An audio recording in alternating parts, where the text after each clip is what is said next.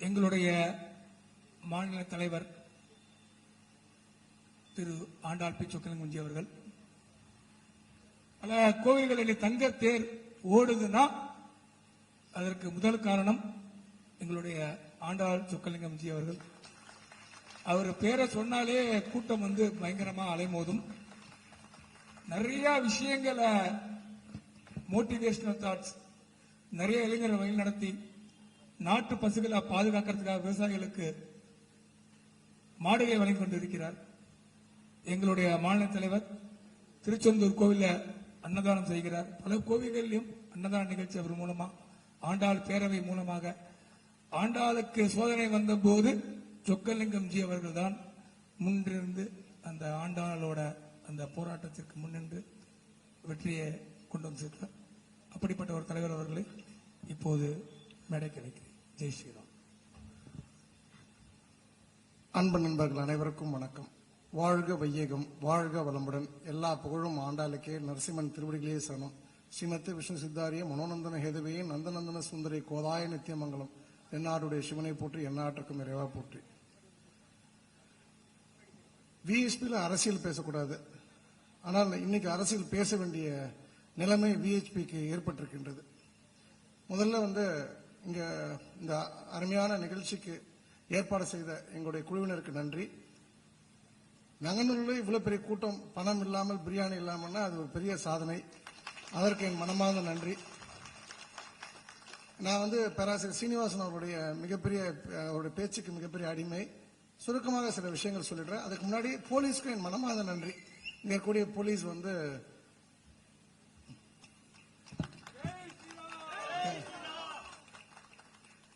நல்ல சிறப்பா சப்போர்ட் பண்ணீங்க. Special thanks to police.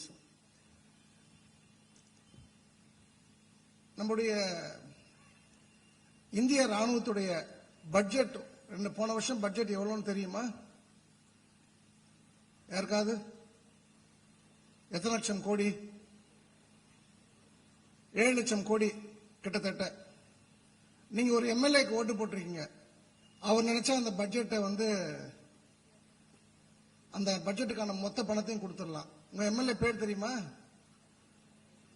இந்த ஊர் எம்எல்ஏ பேர். அவருக்காக தான் இந்த கூட்டமே. இப்போ தாமோ அன்பரசன் எனக்கு நல்ல நண்பராக இருந்தோம்மா. நான் ஒரு 15 வருஷம் நெருக்கமான பழக்கம் உண்டு, சாப்பிட்ருக்கேன். இப்போ கூட அவருக்கு ஒரு சின்ன விஷயத்தை எடுத்து சொன்னேன். சத் சங்கமான ஒரு நிகழ்ச்சி, அதுக்கு கொஞ்சம் பர்மிஷன் கொடுக்கணும்னு சொல்லிட்டு தன்ராஜ்னு ஒரு இன்ஸ்பெக்டரை வச்சுக்கிட்டு அவர் ஆடின ஆட்டம் சொல்லி மாளாது. அவர் சொல்ற ஆளுக்கு தான் பர்மிஷன் கொடுக்கணும், நான் சொல்ற ஆள் தான் அந்த ஆற்றுக்கால் பகவதிமன் பூஜையை கொண்டாடணும்னு சொல்லிட்டு நான் ரொம்ப சாஃப்டா சொல்லி பார்த்தேன், கேட்கல. சம்பவம் நேர்மையான போலீஸ் அதிகாரிகள் நேர்மையா நடந்து கொண்டதுனால 2000 பேரை வைத்து அந்த சத்சங்கமா நிகழ்ச்சி மீனம்பாக்கம் பின்னி இன்ஜினியரிங்ல நடந்தது. அவர் அதுக்கு தடுப்பதற்காக நிறைய விஷயங்கள் முன்னெடுத்தார். உங்களுக்கு நான் சொல்றேன், உங்களுடைய எம்எல்ஏ எப்படிப்பட்டவர் அப்படின்னு சொல்லிட்டு. அவர் சொல்றாரு சில நாட்களுக்கு முன்னாடி, ஹிந்தி படிச்சா பேல்புரி விற்கலாம், பானிபுரி விற்கலாம். ஹிந்தி பிடிக்கல, நீ ஹிந்தியை எதிர்க்கலாம், தவறு கிடையாது. ஒரு தனி மனித தாக்குதல் என்பது திராவிட மாடலுடைய சிறப்பு அம்சம். நம்ம எல்லாருமே நம்முடைய அப்பா ஸ்டாலினுக்கு நன்றி சொல்லணும். ஏன்னா அவர் திரும்பவும் இதே தாமான் பர்சனுக்கு சீட் கொடுக்கணும். 40,000 ஓட்டுல ஜெயிச்சார் போன எலெக்ஷன்ல. அப்ப வளர்மதி கேண்டிடேட், சரியான கேண்டிடேட்ல. என் நண்பர் ஒன்றிய செயலர் இயேசுபாதத்துக்கு கொடுத்தா ஏடிஎம்கேல 1.5 லட்சம் ஓட்டுல ஜெயிப்பார்.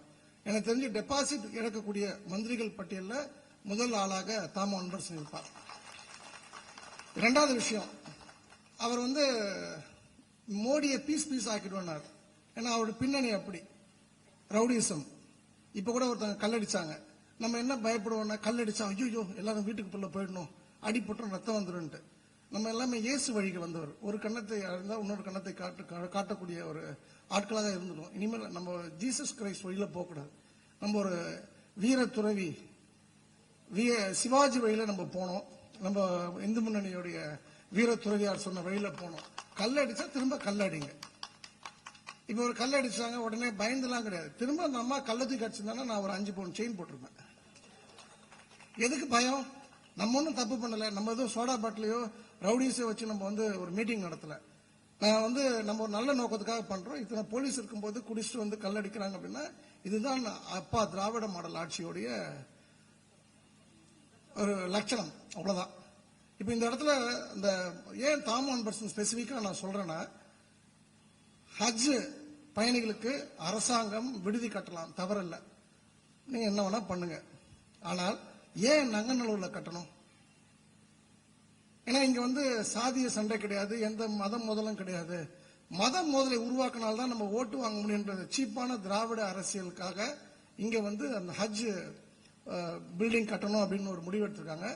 நான் என்ன கேட்டா நான் அன்பர்சன் சொல்லுவேன், நான் தாம அன்பர்சன் அவர்கிட்ட இல்லாத சொத்து தமிழ்நாட்டில் இந்த ஏர்போர்ட், இந்த திரிசூலமும் நங்களூர் railway station, saint Thomas railway station தான் இல்லை. அவருக்கு இல்லாத சொத்தா குன்றத்தூர்ல கட்டணும்? எங்க வேணா கட்டலாமே. அவர் வந்து ஒரு பிரைம் மினிஸ்டரே பீஸ் ஆக்கிடும்னு சொல்லக்கூடிய ஒரு ஆள் வந்து அப்போ என்ன பவர்ஃபுல்லா இருக்கணும். நான் திரும்பவும் சொல்றேன், நீங்க பண்ணது வந்து பெரிய தவறு. நீங்க ஓட்டு நீங்க மட்டும் போட்டுட்டு நீங்க போயிட்டீங்க. ஆனால் பக்கத்து வீட்டில் போடாம இருப்பாங்க, வெளிநாட்டில் இருப்பாங்க, வெளியூர்ல இருப்பாங்க.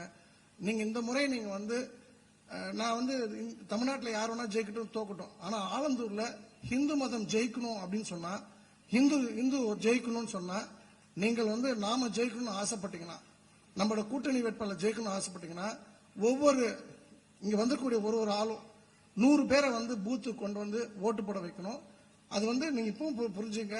அன்பரசன் வந்து என்ன சொல்றாரு, நாங்க வந்து கண்டோன்மெண்ட்ல கட்டுறோம், நாங்க ஒரு போலீஸ் ஸ்டேஷன் லிமிட்ல கட்டுறோம்னு சொல்றாரு. ஏதாவது ஒரு விஷயம் இந்த இந்து மதத்துக்காக, இந்த இந்து மத கோயில்களுக்காக, இந்து மத துறைகளுக்காக இந்த திராவிட மாடல் அரசு பண்ணிருக்குமா? நம்ம இது வரைக்கும் பொறுத்து போயிட்டோம். எவ்வளவு நாள் பொறுத்து இருக்க போறோம்? இன்னொரு முறை திமுக வந்து 2026 ஆட்சிக்கு வந்ததுன்னா எனக்கு தெரிஞ்சு 90% பெண்களுக்கு தாலி இருக்காது. 2 காரணத்துக்காக. ஒன்னு வித்திருப்பாங்க, இல்ல புருஷன் செத்து போயிருப்பான். நீங்க இங்க எல்லாருமே வந்து நம்ம எல்லாருக்குமே வந்து ஒரு படிச்சிருக்கோம், படிக்கல, ஒரு ஒரு இந்தியன் ஒரு சிட்டிசனா ஒரு கடமை இருக்கு. நம்ம வந்து நல்ல கவர்மெண்ட்டை உருவாக்கணும்னு சொன்னா படித்தவர்களை, பண்பாளர்களை, அறிவார்ந்தவர்களை, ரவுடிசம் பேசுறவர்களாம் வந்து ஓரந்தள்ளிட்டு நல்ல ஆட்களை வந்து நம்ம கொண்டு வரணும். அப்போ அது வந்து இந்த எம்எல்ஏ தொகுதி என்பது என்ன, 10 கோவூர்ல இருந்து கருகம்பாக்கம் வரைக்கும், மணப்பாக்கம் வரைக்கும், நந்தம்பாக்கம் ஒன்று, அப்புறம் கண்டோன்மெண்ட் ஏரியா ஒன்று, நங்கநல்லூர் பிளஸ் ஆலந்தூர்.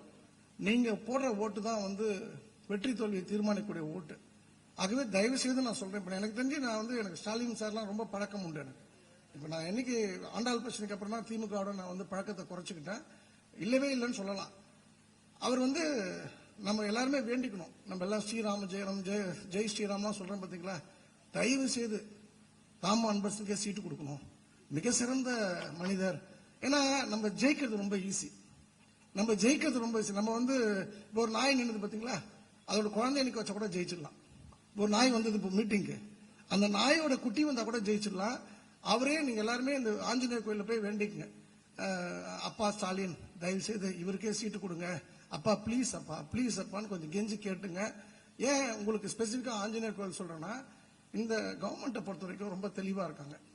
போத் திராவிடன் பார்ட்டிஸ் ரெண்டுமே ஏதாவது ஒரு கோயில் கட்டினாங்கன்னா அதை எப்படி டேக் ஓவர் பண்ணலாம், எப்படி அந்த வருமானத்தை எடுக்கலாம். இன்னைக்கு நங்கநல்லூருக்கு எது பேர் கொடுத்தது, ஆஞ்சநேயர் கோயில் தானே. அந்த ஆஞ்சநேயர் கோயில் இன்னைக்கு யார் கண்ட்ரோல்ல இருக்கு? நம்மளாம் என்ன பண்ணோம் அதுக்கு? பகவான் பார்த்துப்பான். இல்ல வந்து எங்க மதத்தை நீ திட்டுவியா, ஒரு முஸ்லீமை திட்டுவியா, ஒரு கிறிஸ்துவனை திட்டுவியா நம்ம கேட்போம். நம்ம பொண்டாட்டியை கைப்பிடிச்சு எடுக்கிறான் சார், அவன் பொண்டாட்டியை கைப்பிடிச்சு எடுப்பான்னு கேட்டா சரியா இருக்குமா?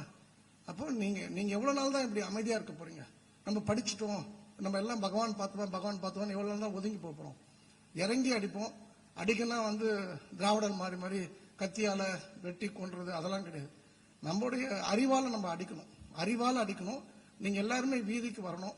நீங்க எல்லாருமே வீட்டில் இருந்தது போதும், சினிமா சீரியல் பார்த்தது போதும். இனிமேல் செயல்பட வேண்டிய நேரம். செயல்பட்டால் தான் நமக்கு வெற்றி வரும். நான் திரும்பவும் சொல்றேன், உங்களுடைய மினிஸ்டர் கம் எம்எல்ஏ வந்து has to be removed. Next time வந்து he has to get defeated. அதாவது டெபாசிட் இருக்க கூடாது. 2 லட்சம் ஓட்டு வாக்கு வித்தியாசத்தில் அவர் தோக்கணுன்றது என்னுடைய அன்பான வேண்டுகோள். அது நீங்க செய்வீங்களா? நன்றி. உங்களுக்கு அந்த நரசிம்மன் அனுகிரகம் பரிபூர்ணமாக கிட்டட்டும். ஸோ அந்த வகையில் இந்த அற்புதமான மீட்டிங், ரொம்ப சக்சஸ்ஃபுல்லான மீட்டிங் ஆர்கனைஸ் பண்ண அத்தனை பேருக்கு நன்றி, வந்திருந்த அத்தனை பேருக்கு நன்றி. இது வந்து நம்ம நிறைய விஷயங்கள் பேசலாம், பட் ரொம்ப ஸ்பெசிபிக் டு த பாயிண்ட். ஹஜ் அப்படின்ற ஒரு விஷயத்துக்காக அந்த பில்டிங் ஒரு விஷயத்துக்கு மத அரசியலை முன்னெடுக்கக்கூடிய இந்த கவர்மெண்ட்டை கண்டித்து இந்த விஷயம் நம்ம முன்னெடுத்திருக்கோம். அந்த வகையில நமக்கு கிறிஸ்துவர் கூடயோ முஸ்லீம் கூடயோ எந்த பிரச்சனையும் கிடையாது. ஆனால் அந்த பிரச்சனையை உண்டு பண்ணக்கூடிய ஒரு அரசாங்கமாக இந்த அரசாங்கம் இருக்கின்றது. இப்போ உத்தரப்பிரதேசத்தில் இருக்காங்க, அங்க எங்கேயாவது முஸ்லீம் கிறிஸ்டின் ஹிந்துஸ் போய் சர்ச்சு அடிச்சு மாஸ்க் அடிச்சிருக்காங்களா? ஒன்றும் கிடையாது. அது மாதிரிலாம் எந்த சம்பவமே கிடையாது.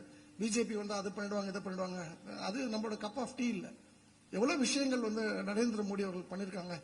அப்போ நாம வந்து நம்ம கன்ஸ்ட்ரக்டிவான பாலிடிக்ஸை முன்னெடுப்போம்.